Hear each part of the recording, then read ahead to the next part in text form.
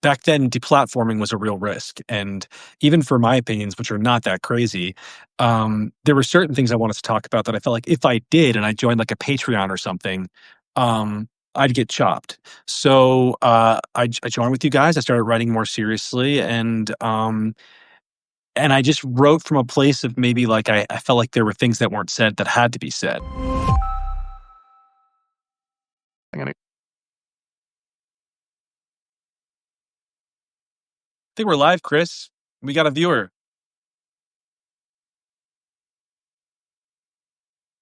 Oh, for those of you just joining, there we go. Like we got some people in here.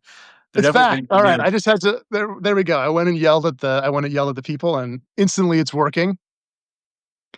All right. Let's give them 15 seconds to pile in, and then we can rock and roll.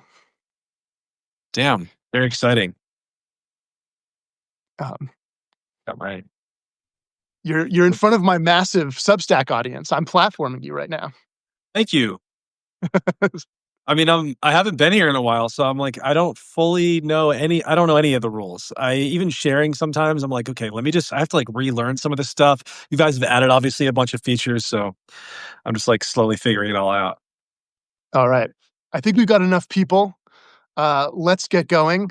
Hey, I'm Chris Best, CEO and founder of Substack, and I'm here today with Mike Solana, the mad pirate king of Pirate Wires, the CMO of Chief Marketing Officer of Founders Fund, Chief Heretic of Hereticon, and infamous veteran of the tech versus media culture war. Is that fair Yeah. to say? Yes, it is. Mike, Yeah, I thank you for collect all coming on these my different Substack. titles. What was that? Thank you for coming on my Substack. Thank you for having me. Well, we're here to talk about your triumphant return, but I thought I might ask first, just for people joining, what is PyroWires and who's it for? Firewires is a media company for, I mean, I can give you the exact demo, but I'll just say for anyone who's interested in technology, politics, and culture. And I would say specifically what I've always loved writing about and what my writers tend to focus on, these weird changes or important things happening in politics and culture that are happening because of major technology shifts. So early on in my writing, it was like, I was very, very keyed into the fragmented the coming fragmentation of media and the rise of these like micro identities and what that was going to mean for politics. But I also cover just like straight tech news. We do a lot of just political takes as well and things like this. But from a our perspective, it's sort of like tech perspective, I would say. And I'm going to say more actually. I'm going to say it's also I would say it's the first one. Like it's the first one that did that. And it's not something that I really understood early on. When I started writing, I just started writing, right? This whole thing for me started, I was just a writer and I felt like I couldn't. It was the summer of 2020 when I joined Substack. Not many people in my world had at that point. And I just joined you guys because it back then deplatforming was a real risk. And even for my opinions, which are not that crazy, there were certain things I wanted to talk about that I felt like if I did and I joined like a Patreon or something, I'd get chopped. So I joined with you guys. I started writing more seriously, and I just wrote from a place of maybe like I felt like there were things that weren't said that had to be said. It wasn't even like, I was trying to do this. I wasn't trying to build a media company. I wasn't even trying to be a writer at that point. I was working on a podcast. But from there, it just kind of grew and grew, and we became this important, I believe, an important outlet for a certain voice inside of the tech industry that wasn't really being heard. And then more broadly, I would say just like a certain voice in America that wasn't being heard because it's like tech, it's business, it's, a certain kind of person who's attracted to pirate wires. And this is for them. And now we have lots of, what do I call them? My children. And These what is clones. that kind of person? For people that are just joining because they're like randomly following the Substack CEO, who is the Pirate Wires person? Pirate wires is, I mean, if I'm going to be really honest, it's often a guy. I would say it's like 70-30. We got plenty of based women in the chat. But it's generally tends to be a guy, 20s, 30s, working in tech, working in finance. We have a ton of finance people. strangely, but like mostly tech and business, young founders of companies. Got tons of startup founders is I would say the big one, and people just like working in these huge companies. Also DC, I guess that would be our third, other than after San Francisco and New York. Um, we have a big contingent of like politicos in DC who early on, I would say like 5 years ago, were really curious about what was going on in tech, and they didn't have you had like you had the sort of super back then. It's a different era, right? So back in 2020, the portal they had into tech was entirely owned and captured, I would say, by like a virulently left wing anti-tech voice, and that was the mainstream media. There was no outlet that was an exception to that rule, and so they started reading us because it was the only thing that really seemed to be close to the industry, and also to sort of be speaking on. I don't want to say I speak on behalf of it, but I was certainly fighting for it back then. Very cool. One thing that we're thinking about a lot at Substack right now is a group of people that I think of as ambitious media founders, right? There's a lot of people who use Substack that think of themselves as a writer or a podcaster or a creator of some sort, and then there's a subset of people that make in my mind, sort of the leap to something that feels much more like what I'm familiar with being a founder, where you're kind of trying to like make something extremely ambitious. We really want to make sure that Substack is the obvious place. If you're the most ambitious media founder in the world, this is like the machine that gives you superpowers, that does all this stuff. And so I'm curious, like, because you said you started as a writer, you're like, hey, I've got some opinions, I've got some takes. When did you switch from being uh, thinking of yourself as a writer to thinking of yourself as a founder, or did you? Man, it's such a good question. There were like years early on when people were telling me to just build a media company while I was writing, and and I think it just happened gradually. It happened after I was writing. It happened after I started Substack, and we were an LLC back then, and then we incorporated and we raised a little bit of money like 2 years ago, and that's when I built my team and stuff. And at that point, I mean, I was just unambiguously a founder, but I maybe sort of felt like one even before I raised the money. Like that just felt it was so easy to do it because I was in a very unique position where people were kind of throwing it at me and telling me they wanted me to do it. So I think it's like, yeah, it was a gradual process, and and now here I am, for better or worse. I mean, what it's like running a company. I imagine today is a very relaxing day for you, pretty chill, nothing major happening. Well, you'd be surprised. I mean, I could like now talk about how awesome your product is and I'm happy to do so, because the truth is like it is it's like much more relaxing than it's been for a while because everything works. So, I mean, I've been on every part of this journey, right? Like I've been, Maybe why? First of all, for the context, you left Substack. You were yeah, on so Substack. We loved you. You left. We were devastated. Why'd you leave? yeah. So started as a writer, ended up leaving for a few reasons. The most important one was I had this other ambition. I didn't want to just be a writer, and I didn't want to be like considered a Substack writer. And brand and like my personal sort of like online identity is extremely important to me. And I felt like I was being perceived as, especially after I raised money, I was being still perceived as like a guy with a Substack. And that's great. And I fucking love Substack. And there are lots of great guys with Substacks. But my ambition was to build a team that was bigger than myself, who did more than me, who were all together, like combined, um, not me. It was not the Mike Solana show. It was like Pirate Wires was important to me.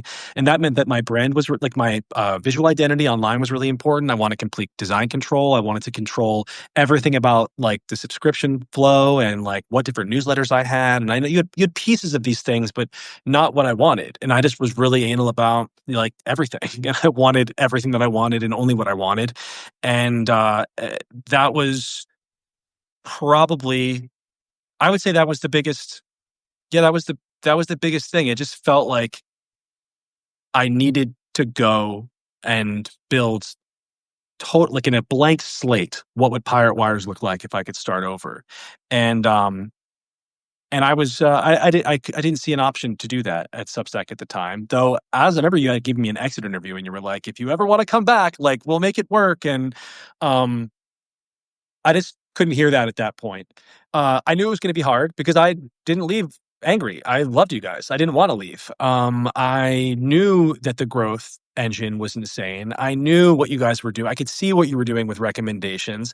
I could see also just I had worked with other CMSs before. So I loved your CMS. I loved all of your product support, and I'm also not stupid. So I knew like every piece of this was going to be money. And I kind of went into my own thing knowing full well how hard it was going to be. And then it was extremely hard. It was about as hard as I thought it was going to be. We still grew. I could not help but notice lots of people who left Substack did not. Some have even died. And that's because I think a lot of people don't realize how much you guys are doing for growth. They don't think about growth. They don't think about the business side of this at all. So we did. We grew and grew. It was way harder. And increasingly the macro changed where, I mean, right after I launched, I'm talking a week, maybe 2 weeks after I launched my own site, Twitter nuked completely, links. Like, it just got really, really bad. I think maybe I was at Substack before that, but then it just got really, really bad. Yeah. There was a period of like 3 weeks where being on Substack was uniquely bad, and then it was just Yes. bad for everybody to this day. Yeah. So now it's just like we're in total link embargo world, and what that means is, there was this era of like it's weird to call it free growth because it's just like what we're talking about is just if you posted something, people who want to see your stuff will see it because they subscribe to you or they follow you or whatever. And now if you post a link that doesn't happen anywhere, I will say in Twitter's defense, like Twitter was an aberration. That had already been shut off on Facebook, on Instagram, on every other social media platform. You had to pay for traffic. And so that's the era that we were in. And at first it was like, okay, well, you pay to be seen, and that means all of a sudden it's just much harder to connect with readers. But even that kind of broke down on Twitter, and it just got harder and harder, and we went everywhere. Like I went to we're still growing. Up until we moved, we were growing, but it's just like you pay more money. And then the thing that really was bothering me was not the money, because again the growth was steady and we were making money on ads and stuff. Like the business was profitable, and it was that I couldn't find good readers. So once you're now paying for these people on Facebook or something, we started getting, for the first time ever, like I loved my readers. I used to love the thoughtful comments online, the thoughtful emails, even when people would share the same stuff on X, but they would find us through Substack. Like that was my favorite thing, and connecting with them and like having them in my world, like, was a big charge for me creatively. And then the people who were coming in off of Facebook and shit were so bad. And right around the time that I was like really just kind of facing that, like growth, but at what cost? Like, who are we building this for? Like, yes, I'm growing, but like, I don't like who our audience is anymore. Or not, I still love my audience, but like, I didn't like who it was becoming. I could The see marginal, yeah. I could see that change coming, and I didn't want it.